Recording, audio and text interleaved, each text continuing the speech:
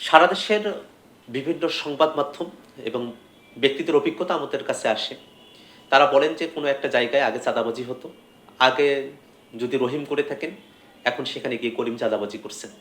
আগে আওয়ামী লীগের শেল্টারে এসে চাঁদাবাজি হলে এখন অন্য কোনো রাজনৈতিক দলের শেল্টারে এসে চাঁদাবাজি হচ্ছে।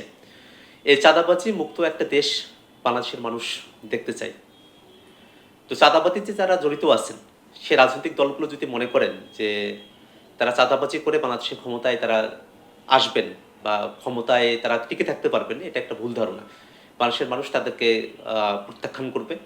এবং একই সাথে একটা বিষয় মাথায় রাখা দরকার যে বাংলাদেশের তরুণরা যে রাজনৈতিক চিন্তাভাবনা, ধ্যান ধারণা এবং রাজনৈতিক বোধ নিয়ে তারা জুলাইয়ের আন্দোলনে অংশগ্রহণ করেছে এবং যে সংগ্রামটা তারা জারি রেখেছে, সেই সংগ্রামের মধ্যে চাঁদাবাজির কোনো স্থান নেই, কোনো সন্ত্রাসী কর্মকাণ্ডের কোনো স্থান নেই, কোনো মাস্তানির স্থান নেই, টেন্ডারবাজির স্থান নেই। অতএব বাংলাদেশের এই বৃহৎ তরুণ জনগোষ্ঠীকে যদি বিএনপি, জামাত বা অন্য কোনো রাজনৈতিক দল তারা যদি আকর্ষিত করতে চায়, অবশ্যই একেবারে তৃণমূল পর্যন্ত প্রত্যেকটা জায়গায় তাদের এই মেসেজ পৌঁছাতে হবে যে তরুণরা চাঁদাবাজি, টেন্ডারবাজিকে ঘৃণা করে প্রত্যাখ্যান করেছে। অতএব তরুণদেরকে আকৃষ্ট করতে হলে তাদেরকে তরুণদের ভাষাতেই কথা বলতে হবে। আমরা শুরু থেকেই একটা কথা বলে এসেছি যে ফেসিবাদের সব থেকে শিরোমণি যিনি, তিনি দেশ থেকে পলায়ন করেছেন। আরও কিছু ব্যক্তি তারা হয়তো গ্রেফতার হয়েছেন, কিছু হয়তো দেশের বাইরে চলে গেছেন, কিন্তু সামগ্রিকভাবে ফেসিবাদের যে কাঠামো সেটাকে উপরে ফেলা সম্ভব হয়নি।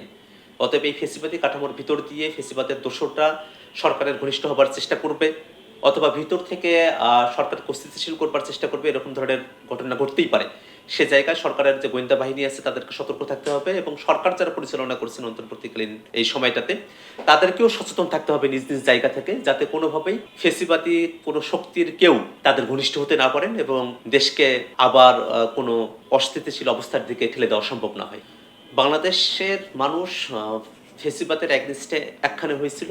এখন কন্টেন্ট ক্রিয়েটর বলেন, ইউটিউবার বলেন, বা বাংলাদেশের বিভিন্ন রাজনৈতিক যে পক্ষগুলো আছে বা শিক্ষার্থীদের বিভিন্ন পক্ষগুলোর মধ্যে যেসব কথাবার্তা হচ্ছে, বিভিন্ন জায়গায় আমরা খেয়াল করি যে ভিন্ন মতের বিষয়টা দারুণভাবে খেয়াল করা যাচ্ছে।